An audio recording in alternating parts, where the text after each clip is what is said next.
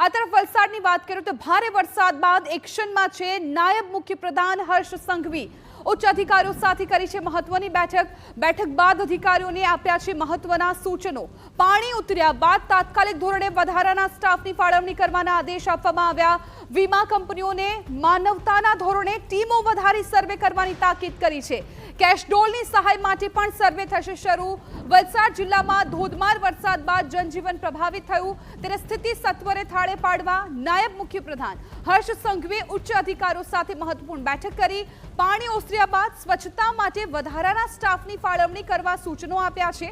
ગામડાઓમાં વીજ પુરવઠો પુનઃ કાર્યરત થાય તે માટે યુદ્ધના ધોરણે રિપેરિંગ કામગીરી કરવાની તાકીદ કરી। પૂરની સ્થિતિ વચ્ચે જિલ્લા વહીવટી તંત્ર દ્વારા 12,000થી વધારે લોકોનું સ્થળાંતર કરાયું હતું।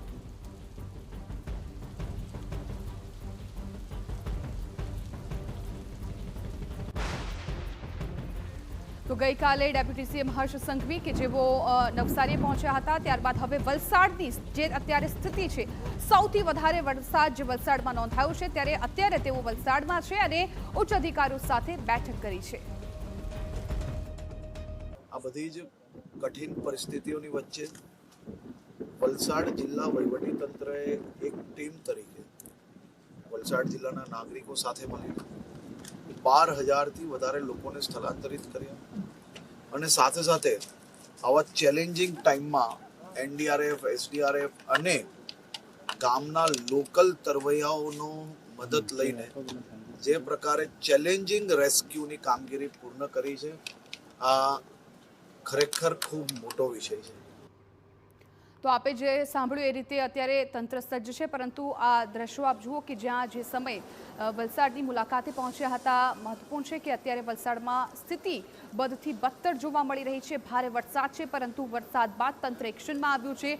ઉચ્ચ અધિકારીઓ સાથે હર્ષ સંઘવીએ મહત્વની બેઠક કરી હતી। એ પહેલાના દ્રશ્યો જુઓ કે જ્યાં રેલવે સ્ટેશન તેઓ પહોંચ્યા હતા, જે મુસાફરો છે તેમની સાથે પણ તેમણે વાત કરી હતી, કેમ કે અત્યારે જે પ્રકારે વરસાદની સ્થિતિ છે, સ્વાભાવિકપણે અનેક ટ્રેન રદ થઈ હશે, અનેક મુસાફરો ત્યાં રેલવે સ્ટેશન પર અટવાઈ ગયા હશે અને આ તમામ પરિસ્થિતિ વચ્ચે સતત ડેપ્યુટી સીએમ લોકોની પાસે જઈને તેમની જે સ્થિતિ છે તેનો તાગ મેળવી રહ્યા છે અને સાથે સાથે વલસાડમાં અત્યારે જે લોકો હેરાનગતિ ભોગવી રહ્યા છે એમની હેરાનગતિ કઈ રીતે ઓછી કરી શકાય એ બાબતને લઈને ઉચ્ચ અધિકારીઓ સાથે તેમણે બેઠક કરી હતી। બેઠક બાદ હવે જે વિસ્તારમાં વધારે પાણી ભરાઈ ગયા છે ત્યાં કઈ પ્રકારે કાર્યવાહી કરવી તેને લઈને પણ ચર્ચા કરવામાં આવી હતી।